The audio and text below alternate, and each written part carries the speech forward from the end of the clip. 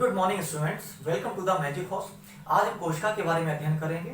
कोशिका के अध्ययन में किन किन वैज्ञानिकों का योगदान रहा है उन सभी के बारे में डिटेल में समझेंगे।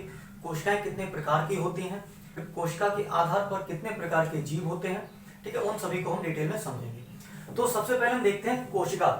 इस कोशिका को इंग्लिश में क्या कहते हैं बेटा? सेल। क्या कहते हैं? सेल। अब ये जो सेल वर्ड है ना, ये जो सेल वर्ड है, ठीक है, ये सेल वर्ड आया है कहां से? सेलुला से। कहां से आया बेटा? सेलुला से। ये जो सेलुला वर्ड है, इतना तो क्लियर है ना? ये जो सेल वर्ड है इसको हम क्या कहते हैं हिंदी में? कोशिका। कोशिका को इंग्लिश में क्या कहते हैं? सेल। ये सेल वर्ड कहां से आया है? सेलुला से बना है। और ये सेलुला किस भाषा का शब्द है? ये इंग्लिश भाषा का ना होकर किस भाषा का? लैटिन भाषा का शब्द है। इतना क्लियर हुआ? तो जिस सेल को, जिस कोशिका को हम स्टडी करने वाले हैं, वो सेल शब्द बेसिकली सेलुला शब्द से बना है। और उस सेलुला का, ठीक है, और वह सेलुला वर्ड लैटिन भाषा से आया हुआ है। इतना क्लियर हुआ? देखिए, इस सेलुला का मीनिंग क्या होता है? लैटिन भाषा में सेलुला को बोलते हैं स्मॉल रूम। क्या बोलते हैं बेटा? स्मॉल रूम, ठीक है, यानी कि छोटा छोटा कमरा। इतना क्लियर है? तो ये तो हमें समझ आ गया कि सेलुला जो कि लैटिन भाषा का शब्द है उसका मीनिंग होता है छोटा कमरा। ठीक है, तो देखिए इस हिसाब से हम ये कह सकते हैं कि कोशिका, कोशिका का अर्थ हुआ क्या? सबसे सबसे छोटी इकाई। कैसे बेटा? देखो, सेल जो है, सेल किससे बना है? सेलुला से बना है। और सेलुला लैटिन भाषा का एक शब्द है जिसका लैटिन भाषा में मीनिंग क्या होता है? Small room. स्मॉल रूम, घर का सबसे छोटा कमरा या घर का छोटा कमरा। बेसिकली घर के ऊपर जो एक अटारी बना देते हैं ना, जो एक छोटा सा कमरा जो स्टोर रूम की तरीके से काम लिया जाता है, ठीक है, जिसमें कोई रहता नहीं है, सबसे ऊपर जो छत पे होता है ना छोटा सा कमरा, उसको बोलते हैं क्या? सेलुला, यानी कि स्मॉल रूम, घर का सबसे छोटा कमरा या फिर छोटा कमरा। तो इसी तरीके से शरीर की, अब हम यहाँ मानव शरीर की नहीं बल्कि सभी जीवों के शरीर की बात कर रहे हैं। किसी भी जीवित प्राणी के शरीर में जो सबसे छोटा हिस्सा होता है, जो सबसे छोटा कमरा, यानी कि जो सबसे छोटी यूनिट, यानी कि सबसे छोटी इकाई होगी, उसको हम क्या कहेंगे? उसको हम कोशिका कहेंगे। और कोशिका को इंग्लिश में क्या बोलते हैं? सेल। ठीक है, इसका अध्ययन किसमें करते हैं? कोशिका विज्ञान में। किसमें करते हैं बेटा? कोशिका विज्ञान। और कोशिका विज्ञान को हम इंग्लिश में क्या बोलते हैं? साइटोलॉजी। क्या बोलते हैं? साइटोलॉजी। साइटो कहां से बना है? सेल से। और लॉजी का मतलब आपको पता ही है, हमने लास्ट क्लासेस में हमने जब बायोलॉजी को डिकोड किया था, तो जो बायोलॉजी वर्ड है वो कहां से बना था? वो बायोस और लोगोस, दो चीजों से मिलकर बना था। BIOS plus logos. बायोस का मीनिंग क्या हो रहा था? लाइफ। और लोगोस का मीनिंग क्या हो रहा था? अध्ययन, यानी कि लाइफ प्लस अध्ययन। लाइफ की स्टडी यानी कि जीवन का अध्ययन क्या कहलाता है? बायोलॉजी। ठीक है, उसी तरीके से साइटोलॉजी, सेल का अध्ययन क्या कहलाता है? कोशिका विज्ञान या साइटोलॉजी कहलाता है। ठीक है, तो हमें इतना क्लियर हो गया कि जो कोशिका है उसका अर्थ क्या होता है? सबसे छोटी इकाई। ठीक है, अब ये सबसे छोटी इकाई है तो पर किस रूप में, किस दृष्टि से? तो देखिए, ये संरचनात्मक एवं कार्यात्मक दोनों ही दृष्टि से ये क्या है? शरीर की सबसे छोटी इकाई होती है। क्या होती है? जो सेल है हमारी, वो क्या है? शरीर की सबसे छोटी यूनिट, सबसे छोटी इकाई है, सबसे छोटा हिस्सा है। ठीक है, उससे छोटा कुछ भी नहीं है बेसिकली। ठीक है, तो संरचनात्मक तौर पर देखें, ऑर्गेनाइजेशनल तौर पर देखें, या फिर कार्यात्मक तौर पर देखें, फंक्शनल तौर पर देखें, दोनों ही प्रकार से हम ये कह सकते हैं कि जो कोशिका होती है वो शरीर की सबसे छोटी इकाई होती है। तो चलिए देखते हैं। सबसे पहले हम देखेंगे कार्यात्मक तौर पर। तो कार्यात्मक तौर पर अगर हम यहाँ पे कोशिका बनाने की कोशिश करें, ठीक है, कोशिका प्रॉपर राउंड शेप में कभी नहीं होती। ठीक है, तो जैसे हमने एक कोशिका बनाई है तो यहाँ पे क्या होगा? अगर मैं सामान्य तौर पर कोशिका की बात करूं तो उसमें एक केंद्रक होना चाहिए। ठीक है, उसमें बहुत सारी अंतःपृष्ठीय जालिकाएं होनी चाहिए जो कि कहां तक एक्सटेंड करती हैं? वो एक्सटेंड करती हैं सेल वॉल तक, या फिर हम कह सकते हैं कि सेल की बाहरी आउटलाइन तक। ठीक है, तो देखिए ये तो हो गई अंतःपृष्ठीय जालिकाएं। उसके साथ साथ क्या होगा? राइबोसोम होगा।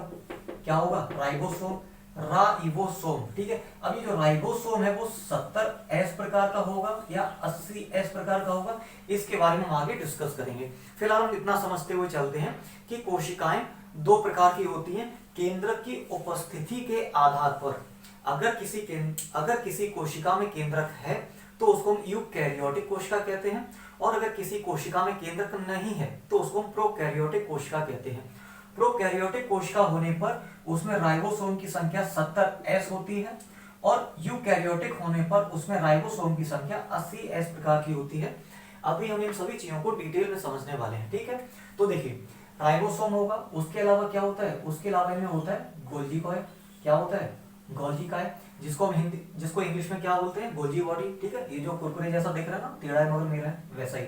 उसके अलावा क्या होता है इसमें माइटोकॉन्ड्रिया होगी। क्या होगी, माइटोकॉन्ड्रिया होगी बेटा, ठीक है। अभी माइटोकॉन्ड्रिया का काम क्या है, आपने पढ़ा होगा 8th क्लास में या 9th क्लास में, कि माइटोकॉन्ड्रिया कोशिका का वह अंग है, कोशिका का वह भाग है जो क्या करता है, जो एनर्जी प्रोड्यूस करता है। क्या करता है, एनर्जी प्रोड्यूस करता है। इसीलिए हम इसको क्या बोलते हैं, एनर्जी हाउस भी बोलते हैं, या फिर कभी कभी इसको हम क्या बोल देते हैं, पावर हाउस भी बोल देते हैं, या फिर हम कभी कभी इसको क्या बोल देते हैं, किचन ऑफ द सेल बोल देते हैं। क्योंकि ये क्या करता है, सेल के लिए भोजन बनाता है, सेल के लिए ऊर्जा उत्पादन करता है ऑक्सीडेशन की प्रक्रिया से। इतना क्लियर हो रहा है, इतना समझ आ रहा है बेटा।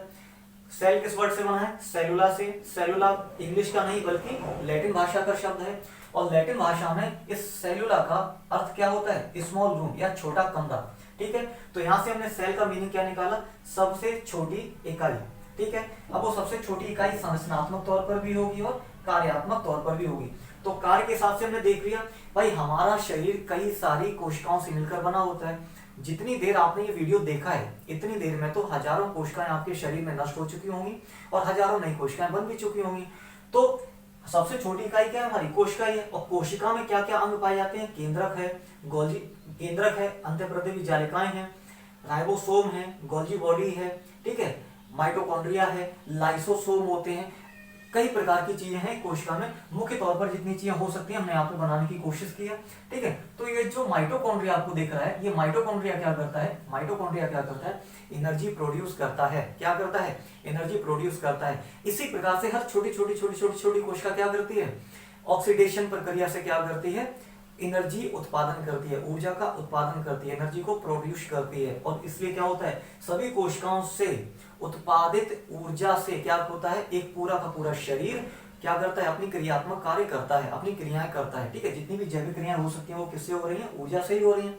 और वो ऊर्जा कहाँ से आ रही है, वो आ रही है माइटोकॉन्ड्रिया से। तो आप समझ सकते हैं कि कार्यात्मक तौर पर, फंक्शनल तौर पर, ठीक है, कार्यात्मक तौर पर, ऑपरेशनल तौर पर सबसे छोटी इकाई क्या होनी चाहिए, सेल ही होनी चाहिए। अब हम देखेंगे कि संरचनात्मक तौर पर सेल यानी कि कोशिका सबसे छोटी इकाई किस प्रकार है। देखो, हमारा शरीर क्या है, हमारा शरीर कई प्रकार के अंग तंत्रों से मिलकर बना होता है, ठीक है। और प्रत्येक अंग तंत्र क्या होते हैं, कई सारे अंगों से मिलकर बना होता है। प्रत्येक अंग क्या होता है, कई सारे ऊतकों से मिलकर बना होता है। और प्रत्येक ऊतक कई प्रकार की कोशिकाओं से मिलकर बना होता है। यानी कि कहानी कहां पे खत्म हुई है, कोशिकाओं पर आकर ही खत्म हुई है। तो देखो कैसे, सबसे पहले कोशिका, ठीक है, जिसको हमने सबसे छोटी यूनिट बोला है, कोशिकाओं से मिलकर बनेगा क्या, ऊतक। क्या बनेगा बेटा, ऊतक। और ऊतकों के मिलने से बनता है, ठीक है, कोशिकाओं को इंग्लिश में क्या बोलते हैं, सेल बोलते हैं। ऊतक को इंग्लिश में क्या बोलते हैं, टिश्यू बोलते हैं, ठीक है। इतना तो हमें पता ही है। कोशिका यानी कि सेल से मिलकर क्या बनता है, ऊतक। कई ऊतक या टिश्यूज मिलकर क्या बनता है, एक अंग बनता है। क्या बनता है बेटा, अंग। अंग को क्या बोलते हैं, ऑर्गन, ठीक है। कई प्रकार के अंग मिलकर क्या बनाते हैं, अंग तंत्र बनाते हैं। क्या बनाते हैं, एक अंग तंत्र यानी कि ऑर्गन सिस्टम बनाते हैं, ठीक है। इनको मैंने शॉर्ट में लिख दिया। और कई प्रकार के अंग तंत्र मिलकर क्या बनाते हैं, पूरा का पूरा एक शरीर बनाते हैं। क्या बनाते हैं बेटा, पूरा का पूरा एक शरीर बनाते हैं। इसको समझते हैं। देखिए, कोशिका, कोशिका में क्या है, कोशिका में केंद्रक होगा, केंद्रक में क्या होगा, डीएनए होगा, ठीक है, गुणसूत्र होंगे, अंतःप्रदेवी जालिकाएं होंगी, ठीक है। और क्या होगा कोशिका में, और क्या क्या होगा, लाइसोसोम होंगे, और क्या होगा, गोल्जी बॉडी होगी, और क्या होगा, माइटोकॉन्ड्रिया होगा। इस प्रकार सभी कोशिकाओं में मटेरियल होगा। कुछ कोशिकाओं से मिलकर क्या बनेगा, ऊतक बनेगा। और कुछ ऊतकों के मिलने से क्या बनेगा, एक प्रॉपर अंग बनेगा। जैसे हमारा नाक, मुंह, आंख, कान, हाथ, पैर, ये सभी क्या है, कई सारे ऊतकों के मिलने से एक प्रॉपर अंग बना है। इतना क्लियर हुआ। यानी कि organ is nothing but a group of tissue. Organ कुछ और नहीं बल्कि ऊतकों का समूह होता है, ठीक है। उसी प्रकार ऊतक क्या होते हैं, वो कोशिकाओं का समूह होता है। समझ आ रहा बेटा। तो कोशिकाओं के मिलने से बना है ऊतक, ऊतकों के मिलने से बना है अंग। जैसे हमारा नाक, कान, फेफड़े, हृदय, लिवर, ये सब, ठीक है। और फिर अंगों के मिलने से बनता है क्या, अंग तंत्र। क्या बनता है बेटा, अंग तंत्र। जैसे अगर मैं बात करूं पाचन तंत्र की, तो पाचन तंत्र में हमारा मुख ग्रासन गुहिका होती है, ठीक है। पाचन तंत्र में हमारी ग्रास नाल होती है। पाचन तंत्र में हमारा क्या होता है, लिवर होता है। पाचन तंत्र में हमारा अग्न्याशय होता है। पाचन तंत्र में हमारी छोटी आंत और बड़ी आंत भी होती है। ये बात समझ आ रही है ना। तो एक अंग तंत्र में कई सारे अंग इन्वॉल्व होते हैं, ठीक है। तो अंगों से मिलकर बना क्या, अंग तंत्र। जैसे एक और एग्जांपल देना चाहूं तो श्वसन तंत्र। तो श्वसन तंत्र में क्या होता है, विंड पाइप होता है, नाक होती है, विंड पाइप हो गया, फिर उसके बाद फेफड़े हो गए, ठीक है। ये सारी चीजें इन्वॉल्व होती है, ठीक है। तो अंगों से मिलकर बना क्या, अंग तंत्र। अब इसी तरह से कई सारे अंग तंत्र हमारी बॉडी में काम कर रहे हैं, जैसे तंत्रिका तंत्र, जैसे उत्सर्जन तंत्र, जैसे प्रजनन तंत्र, जैसे श्वसन तंत्र, जैसे परिवहन तंत्र। परिवहन तंत्र क्या होता है बेटा, हमने 10th क्लास में पढ़ा होगा, +1 में भी हमने इसको पढ़ा होगा। परिवहन तंत्र में क्या क्या आता है, ब्लड वेसल्स आती हैं, जैसे कि आर्टरीज हो गई और आपकी वेन्स हो गई। उसके अलावा क्या क्या आएगा, हृदय आएगा, ठीक है, ब्लड आएगा, ठीक है। ये सारी चीजें किसमें आती हैं, संवहन तंत्र में आती हैं। तो इसी तरह के कई सारे तंत्रों को मिला के, ठीक है, कई सारे तंत्रों को मिला के पूरी क्या बनती है, बॉडी बनती है। अब आप इमेजिन कर सकते हो कोई मनुष्य आ रहा हो, उसकी बॉडी में उत्सर्जन तंत्र ना हो, ठीक है ना, मतलब पोषण तो ले रहा है पर बाहर निकालने के लिए कोई सिस्टम ना हो, तो ऐसा तो पॉसिबल नहीं, ठीक है। तो यानी कि अंग तंत्रों से मिलकर ही क्या बनता है, एक पूरा बॉडी बनता है। तो एक बार फिर देख लो, कोशिका से मिलकर बना ऊतक, ऊतकों से मिलने से बना अंग, अंगों से मिलकर बना क्या, अंग तंत्र, और बहुत सारे अंग तंत्रों से मिलकर बना क्या, शरीर, ठीक है। इतना क्लियर हुआ। तो देखिए, संरचनात्मक और कार्यात्मक तौर पर कोशिका ही शरीर की सबसे छोटी यूनिट यानी कि सबसे छोटी इकाई होती है। इतना क्लियर हुआ। तो इसकी हम परिभाषा बनाने की कोशिश करेंगे। कोशिका, कोशिका संरचनात्मक व कार्यात्मक दृष्टि से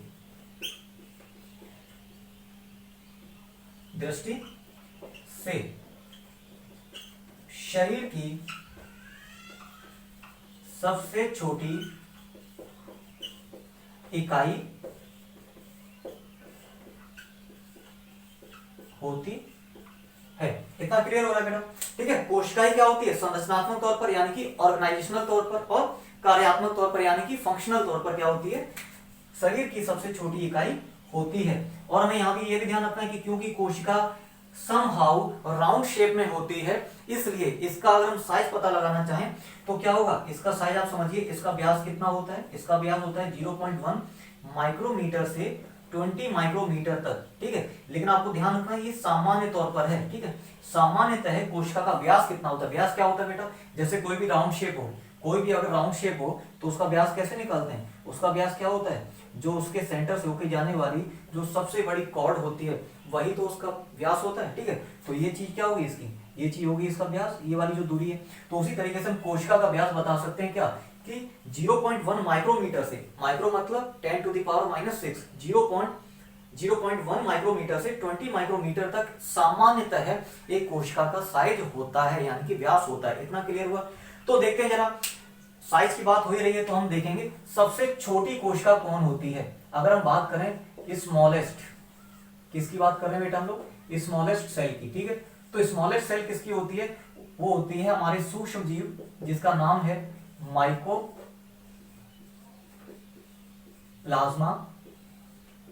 गैलीसेप्टिकम, ठीक है। तो सबसे छोटी सेल की बात करें, स्मॉलेस्ट सेल की बात करें तो वो माइक्रोप्लाज्मा गैलीसेप्टिकम नाम के सूक्ष्म जीव की होती है, और इसका साइज कितना होता है 0.1 माइक्रोमीटर, समझ रहे हो ना, काफी छोटी होती है, ठीक है। फिर उसके बाद हम आएंगे, फिर उसके बाद हम बात करें तो बिगेस्ट सेल, सबसे बड़ी बिगेस्ट सेल किसकी होती है, तो ये बहुत जान के आश्चर्य होगा, बिगेस्ट सेल किसकी होती है, वो होती है शुतुरमुर्ग के अंडे की। शुतुरमुर्ग के अंडे की कोशिका जो होती है वो क्या होती है, सबसे बड़ी कोशिका होती है। ध्यान देना, हमने सबसे बड़ी की बात की है बेटा, सबसे लंबी की बात नहीं की अभी, ठीक है। तो आप कंफ्यूज मत होइए कि हमने तो सबसे लंबी तंत्रिका तंत्र पढ़ा है, उसकी बात अभी मैं करूंगा, ठीक है। यहाँ पे सबसे बड़ी की बात हो रही है। बिगेस्ट सेल क्या है, बिगेस्ट सेल है शुतुरमुर्ग के अंडे की कोशिका, और इसका साइज कितना होता है 177, ठीक है, मिलीमीटर, समझ रहे हो ना, ऑलमोस्ट 177 मिलीमीटर तक इसका साइज होता है। इसके बाद अगर हम बात करें लॉन्गेस्ट सेल, किसकी बात कर रहे हैं बेटा हम लोग, लॉन्गेस्ट सेल, ठीक है। बिल्कुल भी कंफ्यूज मत होइए। बिगेस्ट का मतलब होता है सबसे बड़ी, क्या होता है बेटा, बिगेस्ट का मतलब होता है सबसे बड़ी, ठीक है। और लॉन्गेस्ट का मतलब होता है सबसे लंबी, ठीक है। तो सबसे बड़ी इज डिफरेंट थिंग एंड सबसे लंबी इज डिफरेंट थिंग। तो स्मॉलेस्ट सेल क्या होगी, माइकोप्लाज्मा गैलीसेप्टिकम, ठीक है। सबसे बड़ी कोशिका क्या होगी, शुतुरमुर्ग के अंडे की कोशिका, ठीक है। और सबसे लंबी कोशिका कौन सी होगी, लॉन्गेस्ट सेल क्या होगी, वो होती है तंत्रिका तंत्र कोशिका। बात समझ आ रही है बेटा, तंत्रिका तंत्र कोशिका, ठीक है। और इसका साइज कितना हो सकता है, ठीक है। तो ध्यान दीजिए, ब्रेन से लेकर कमर के हिस्से तक इसका साइज ऑलमोस्ट 1 मीटर तक हो सकता है, ठीक है। 1 मीटर तक इसका साइज हो सकता है। तो अभी तक हमने समझ लिया कि कोशिका शब्द की उत्पत्ति कहां से हुई, ठीक है, किस तरह से हमने उसकी परिभाषा बनाई। क्या होती है कोशिका, सबसे छोटी इकाई होती है शरीर की, संरचनात्मक तौर पर भी और कार्यात्मक तौर पर भी, ठीक है। और इसका व्यास कितना होता है, सामान्यतः 0.1 माइक्रोमीटर से 20 माइक्रोमीटर तक इसका व्यास यानी कि इसका साइज होता है। फिर उसके बाद हमने देखा सबसे छोटी कोशिका क्या होती है, माइकोप्लाज्मा गैलीसेप्टिकम। सबसे बड़ी कोशिका क्या होती है, शुतुरमुर्ग के अंडे की कोशिका। और सबसे लंबी कोशिका की बात करें तो होती है तंत्रिका तंत्र की कोशिका। अब हम देखेंगे कि कोशिका विज्ञान के स्थापन में, यानी कि कोशिका विज्ञान की स्थापना करने में और कोशिका के स्टडी करने में कितने वैज्ञानिकों का योगदान है। तो देखो बेटा, अगर हम ऐसे वैज्ञानिकों के नाम लेना चाहें तो सबसे पहले प्रोमिनेंटली सबसे पहले जो हम नाम लेना चाहेंगे वो होगा रॉबर्ट हुक। क्या नाम होना चाहिए, रॉबर्ट हुक, ठीक है। और क्यों ये इतने प्रोमिनेंट है उसका मतलब समझेंगे।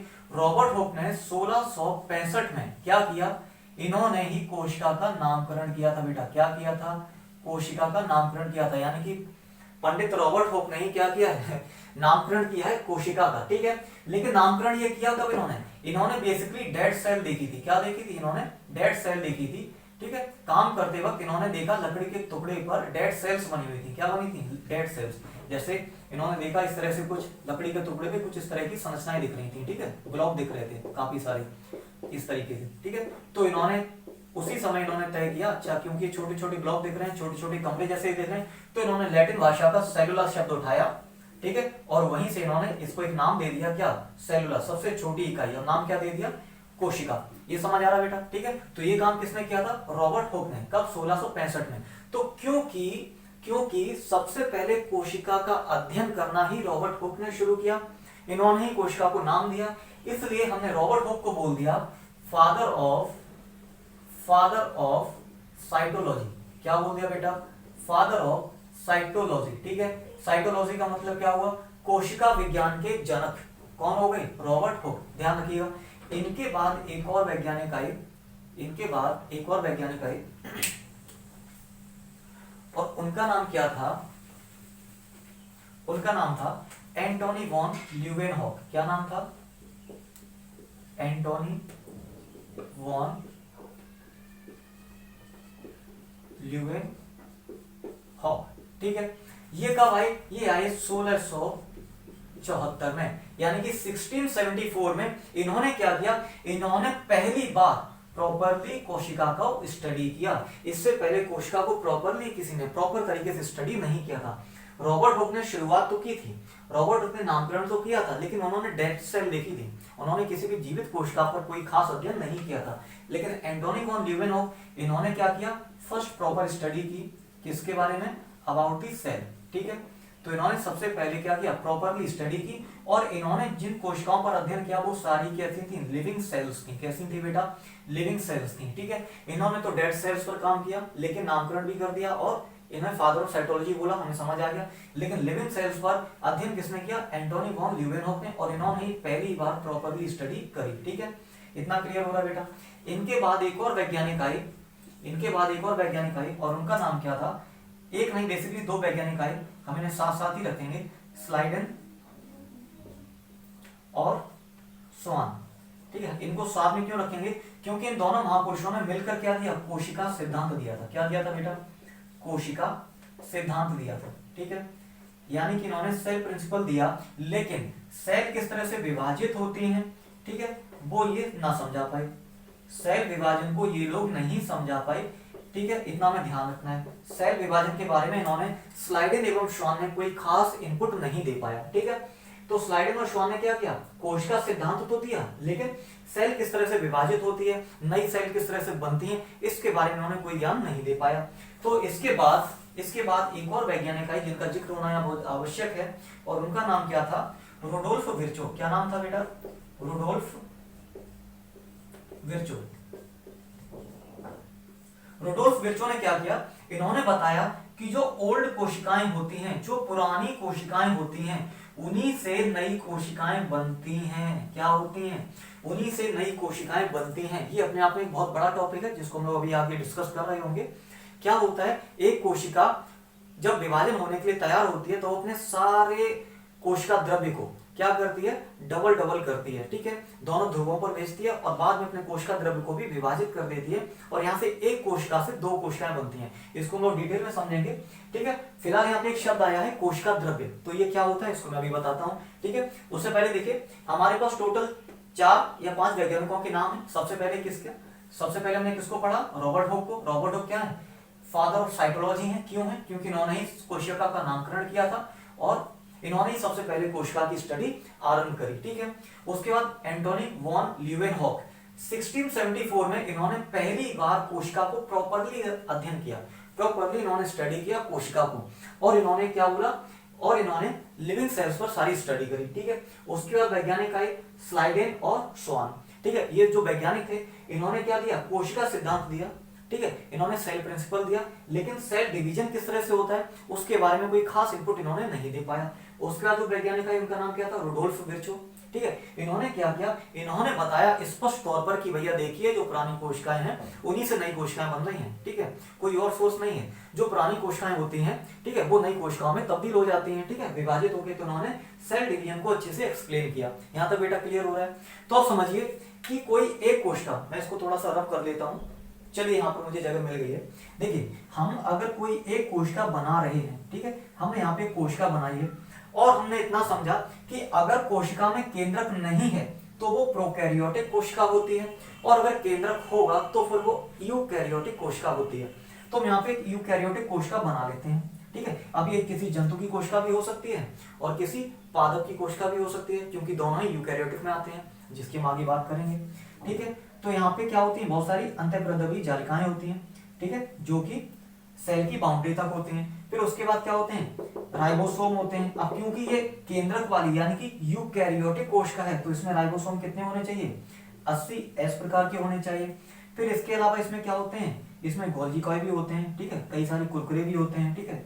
फिर उसके बाद इसमें क्या होता है, इसमें माइटोकॉन्ड्रिया भी होती है। क्या होती है, माइटोकॉन्ड्रिया भी होती है, ठीक है, लाइसोसोम भी होते हैं, कई चीजें होती हैं। हमें समझना इतना है कि जो कोशिका का केंद्रक होता है ना, इसमें क्या होता है, इसमें क्रोमेटिन के रूप में एक धागा होता है, ठीक है। आप ऐसे समझो जैसे हम बाजार से ऊन लाते हैं ना, ऊन क्या होती है, काफी उलझी हुई होती है, फिर आप घर पे बैठते हो पालथी मार के और पैरों में फंसा के पूरी उनको सुलझाते हो। उसी तरह से उलझे हुए धागे के रूप में यहाँ पे क्रोमेटिन होता है, उलझे हुए धागे के रूप में यहाँ पे गुणसूत्र होता है क्रोमेटिन के रूप में। बात समझ आ रही है, क्या होता है यहाँ पे गुणसूत्र होता है। जब कोशिका विभाजित होती है तब यही गुणसूत्र डीएनए का रूप ले लेता है। किसका रूप ले लेता है बेटा, डीएनए का रूप ले लेता है। वो एक अलग कॉन्सेप्ट है, उसको बाद में देखेंगे, ठीक है। तो अगर यहाँ पे दो शब्द हैं, एक क्या है कोशिका द्रव्य, इनको बहुत अच्छे से समझिए, ठीक है, बहुत ज्यादा कंफ्यूजन होता है इनमें। कोशिका द्रव्य, सबसे पहले तो ये समझो द्रव्य क्या होता है।